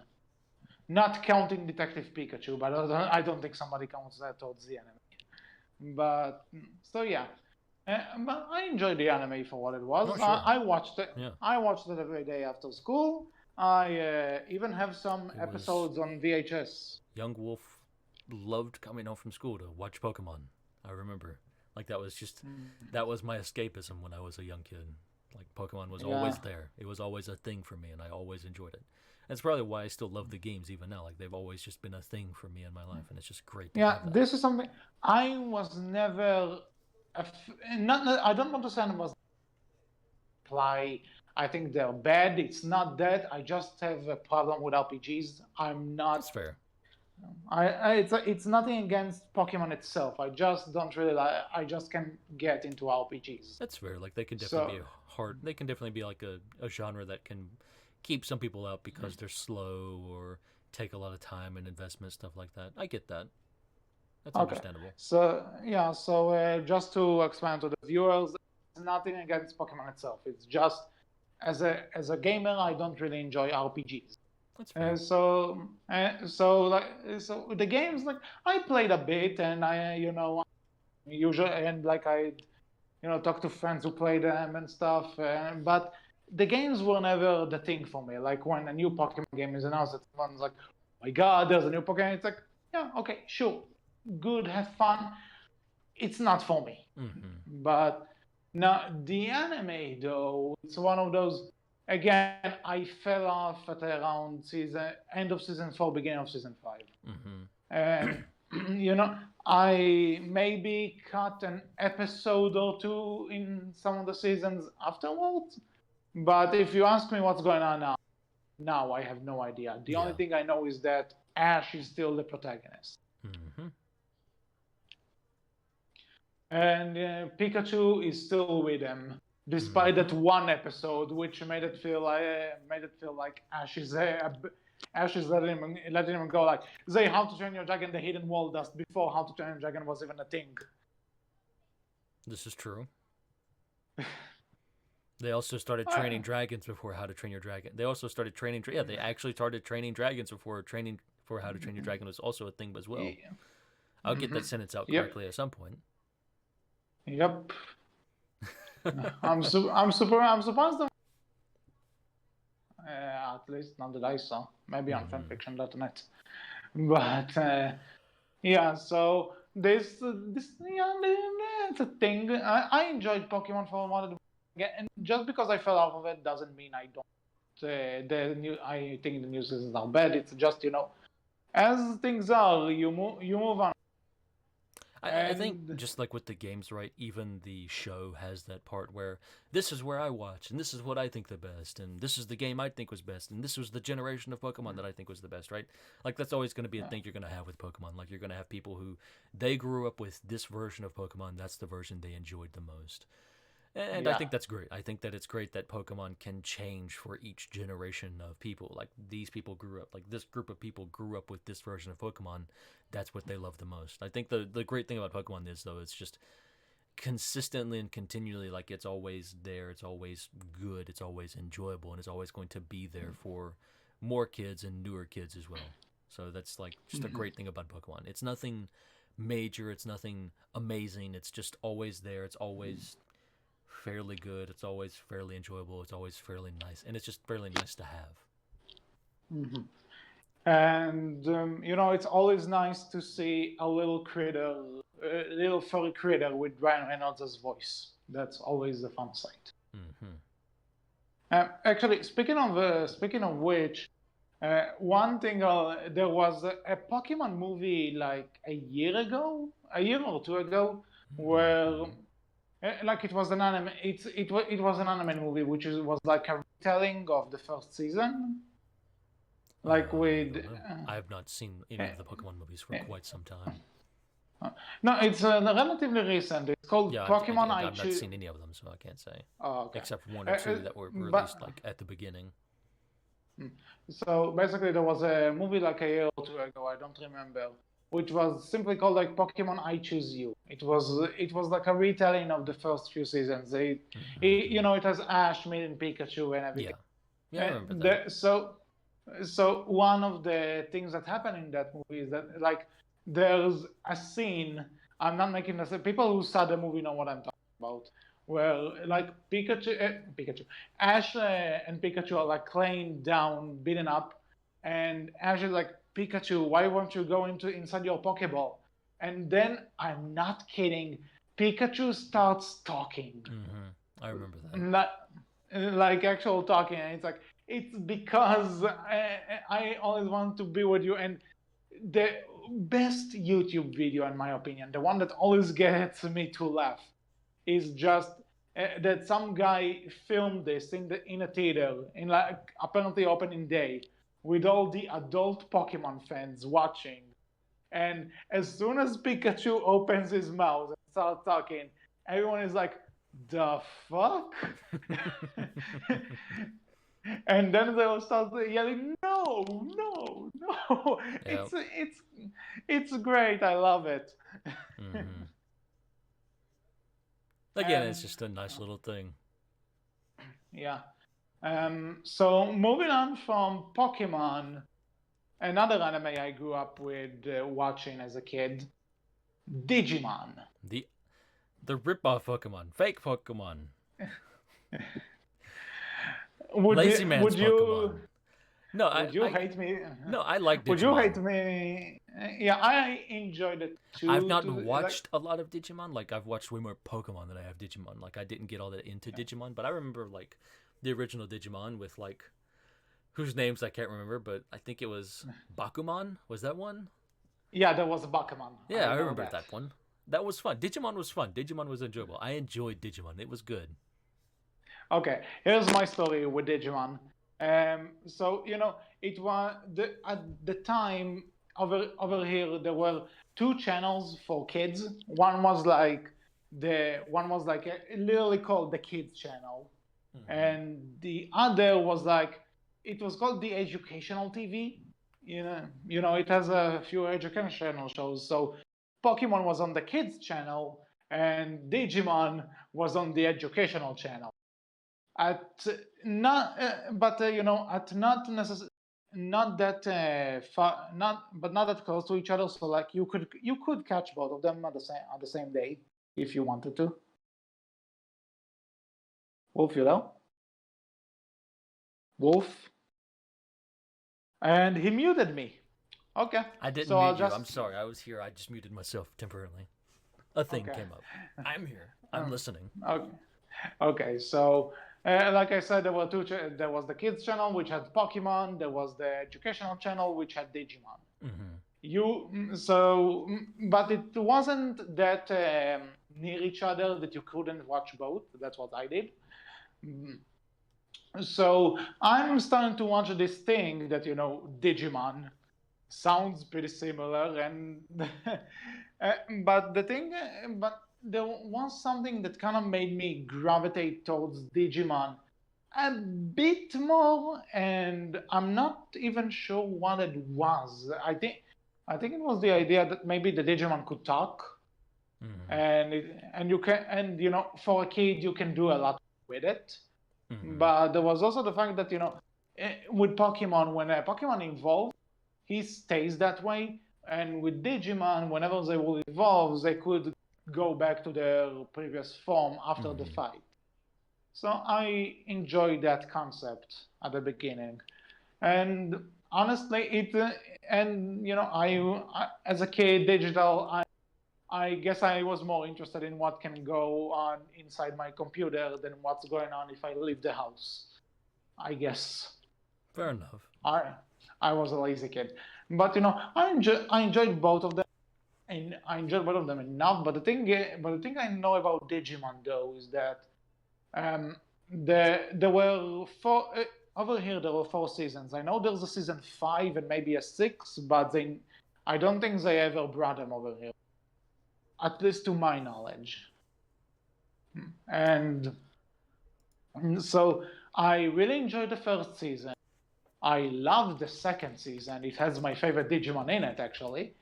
And then season 3, I disliked hard. Like, I never liked the third season, and I can't even tell you why necessarily. It just didn't grab me. maybe because they all of a sudden started using cards for whatever reason, and See, and you're you at know, Digimon now that I've never seen because I didn't watch Digimon that much. hmm. So so Digimon use cards now. Yeah, way over my head. like it's not necessarily that, but it also like the first two seasons are actually connected to each other because in the first season you had the group of kids that and then in the second season you kind of you have that group in the background while there are new kids who join the Yeah, I group. remember that. Yeah. So it was cool because it showed the And they kind of seasons grew have up a bit, and you kind of grew up with them too. It was kind of a neat thing. yeah. So but They did the growing up and with the characters thing before How to Train Your Dragon was ever a thing. Wow. well, honestly, well, it's not that Look at how revolutionary much of a How to Train Your concept. Dragon steals from anime. Jeez. No, just. But the thing is, Astrid is totally a Tassunder. That's it. That's oh, for the Astrid is totally shut that. up, shut up. But so there was this thing with Digimon that those two seasons kind of connected to each other. Like you can watch the first season and they're fine, but if you decide to go on, it feels like a natural progression of the story. Yeah. Then season three just kind of ignores all of that in terms of new characters that we never saw before, unless you saw the Digimon movie. Do you remember that? No. Again, I didn't get very So into Digimon. okay, so what happened was that in Japan there were like three Digimon movies. I know one of them was like 20 minutes. I'm not sure the others were full length. But what happened when they brought it to America here is that they just took scenes from these three different movies and tried to pretend they have one coherent plot with time skips and shit. And like in that movie, in the final act, they introduced this kid and his Digimon, who later become, who from what I know, later become a part of the main cast of the third season. So it's like, okay, sure, that's our connection apparently. Okay, whatever. and after that, there was like the main character is like what was it? Oh yeah. There was this kid who like saw the orange dinosaur Digimon from the first two seasons, and it's like, I'm going to create my own one, and that one comes to life. It's like at that point I was like, okay, this is dumb. Even as a kid, I was like, this is dumb. This is. And then on the fourth season, that the humans become the Digimons, and I just lost track at this point. It went a little bit weird. It's normal for anime, it seems. But yeah, I didn't get as heavily into Digimon as I did Pokemon personally. But Digimon, like, I remember watching the first season and some of the second season and enjoying it and having fun with it. You know, it was good. Yeah. Okay. So with that said, so again, I know that there's apparently one more season of Digimon, but I never saw it.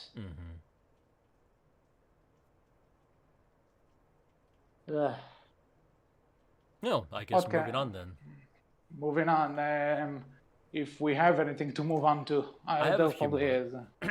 I mean, there's plenty of anime HC. Thousands upon thousands of different anime shows, I'm fairly sure.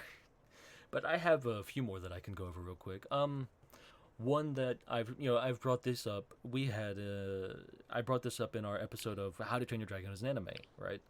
You know, what that would be like potentially. I brought both of these up. The first one is, Miss Kobayashi's Dragon Maid is the first one.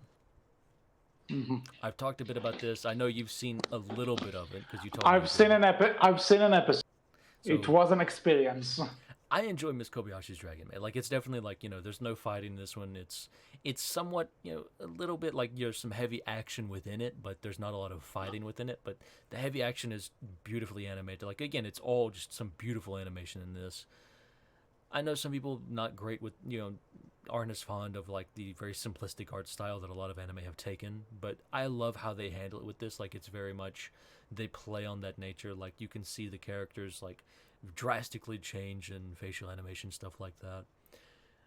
And it's just, again, some beautiful animation to watch, right?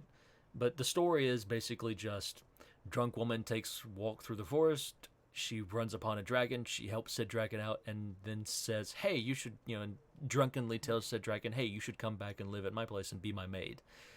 Said dragon takes her seriously, and so the next day, said dragon flies to her apartment and arrives there and says, "I'm here to be your maid." And she's like, "This isn't real." And they have a big thing about it, and then, eventually said woman says, "All right, fine, you can be my maid." And antics ensue from there. It's basically just the story of her living with this otherworldly creature and having to deal with, like, the culture shock of that, and trying to get her to understand and accept, like, hey, you can't do the things you did in your world here because you would probably kill people. Very much so. Yep, that's a very legit concern. And it's just, a lot of antics in that regard, like, right? And they're just trying to hide in plain sight and just growing closer with one another and coming to understand one another and things of that nature, and involving other dragons as well. Like, you have Toru, who's the first dragon, and Miss Kobayashi are the two main characters, and they're the first two who I'm talking about, who the story mostly centers around. Then you have another younger dragon come in whose name is Kana, and she's adorable. Again, like, everything about this show is very adorable, very cutesy, very just fun to watch, and just kind of see the relationships grow and the antics they get into. Well, the one episode I saw, as weird as it was, I enjoyed it. Yeah, it's a fun. Again, it's very fun. So, is there anything else? Because I think we can pretty much drag this on for a long time, and I do need to get some stuff done. The last two, last two I want. Again, there's three I want to cover real quick. His Dragon Pilot, Hison and Masutan. I brought that up during our How to Train Your Dragon as an Anime episode as well. That's also fun. Similar in some ways to Miss Kobayashi's Dragon Maid. Again, very fun, very cutesy show. Definitely some sadder moments within it too, but definitely some lighter, more fun, very enjoyable moments. Again, just one of those feel-good animes, right? The next one is one that I've personally been watching recently that I really enjoy and really got into, The Rising of the Shield Hero. Definitely recommend this one. Definitely, like, a somewhat darker take, and like you see, our hero isn't so much a hero, but he's definitely a bit of an anti-hero, but an anti-hero with a heart, I guess you would say. Like, he's definitely, again, a really good and enjoyable show with some great action and some great animation as well. And you have the adorable characters in it too, right? Like, and it is also an isekai anime where you have a character get taken from the modern world and dropped into a fantasy world. And like the big thing for The Rising of the Shield Hero is it starts off like, hey, this guy's really trusting, he's really getting into this world, and and he thinks everyone's he's very much takes everyone at face value, and then all of a sudden he gets betrayed very quickly, and you see, the story is very much kind of him hardening his heart to this world, but seeing that there is some good in this world, and this world isn't completely worthless, right? And him kind of growing and learning to accept that a little bit. Enjoyable, fun, definitely recommend it. The last one I've watched is, I like it, but it's not a great anime, but The Seven Deadly Sins. This one's, I think, also a shonen anime, if I'm not mistaken. I could be wrong. I think the name is familiar. So this one, I enjoy this one because, again, there's definitely some action in it, but it's like, it's fun action. Like, it's never dragged out or anything. It's very quick. It's very done with its stuff. I think it's very much played more for comedic effect than anything else. Like, there's not a lot of seriousness going on in the show. There's definitely a lot of fan service in this show as well, so expect that. Some of that fan service is played for laughs, right? Some of it is very much like, hey, we're making fun of the idea of fan service, but the rest of it is very much, yeah, this is fan service. This is fan service. I'm okay with that, but it is what it is, right? Like, I accept it, but it is what it is. It's definitely fan service, but it's fun. As one of my favorite characters from this anime was introduced in the second season. His name is Escanor, the Lion Sin of Pride, and it's basically just, this dude is the strongest dude in the entire show, or the entire world in this show's world, and his entire shtick is, I'm sorry we have to fight. I'm going to kick your ass now. And that's just it. Everyone comes to him, it's like, oh, you think you can beat me? Oh, you're cute. Then they actually have to fight him. Like, holy shit, this dude's strong. How is he this strong? He's like, I told you. I warned you. You didn't believe me. Now you're dead. Sorry, but I'm not sorry. It's like that's his entire deal.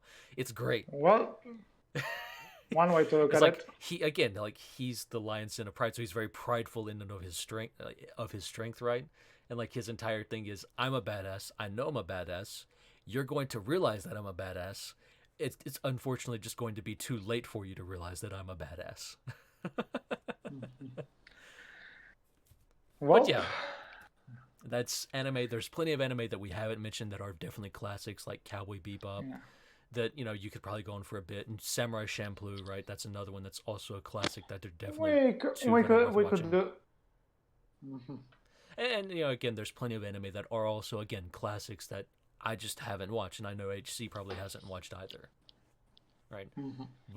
An episode like Well, this could go on for many hours, I'm sure, for how many anime there are, mhm. and for just talking we about anime that we haven't seen that we would like to see maybe, or that I would like to see. Right? Many anime out there that are classics that are definitely worth watching, that deserve mentioning, but can't fit all of that into one show without it being exceptionally long. Mhm. So go ahead. Well, well, with that, I think with all that said, that's it for this episode of the Outcast. We hope you enjoyed it. What is your favorite anime from either what we mentioned or Ruby something we didn't mention at all? is mine. Of course. Avatar: The Last Airbender, The Legend of Korra, their anime. Fight me. You are more than welcome to fight Wolf. I will cheer you on. But anyway, what is your favorite anime that we may have mentioned or not mentioned? You can tell us all about it in the comment section below, on our Tumblr where we're known as Berkcast Team, and on our Twitter where we're known as Berkcast with a capital B, capital C, and you can find all of us Discord server. Mm-hmm. So until next time, I was HC. And I've been Wolf. And we will talk to you all next time. Take care. Bye-bye.